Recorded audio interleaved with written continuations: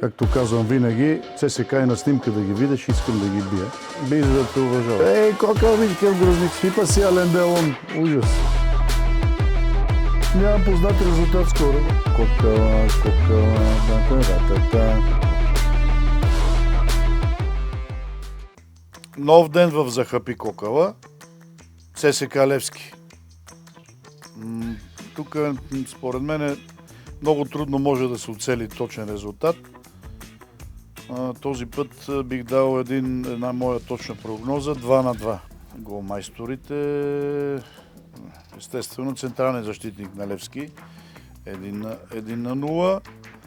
От другата страна кипърския национал 2 гола.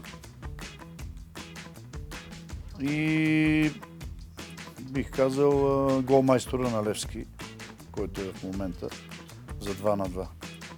Така, следващия матч Арсенал Нюкасъл. Тук бих дал точен резултат 2-0. Нюкасъл са средата на таблицата, по-скоро 14-то място мисля, че са. За нищо не играят. Сигурно си обиграват състава до края на първенството, докато Арсенал са притиснати до стената и всеки матч им е финал на тях. За тях, така че точен резултат 2-0 ще дам. И това е за днес прогнозите.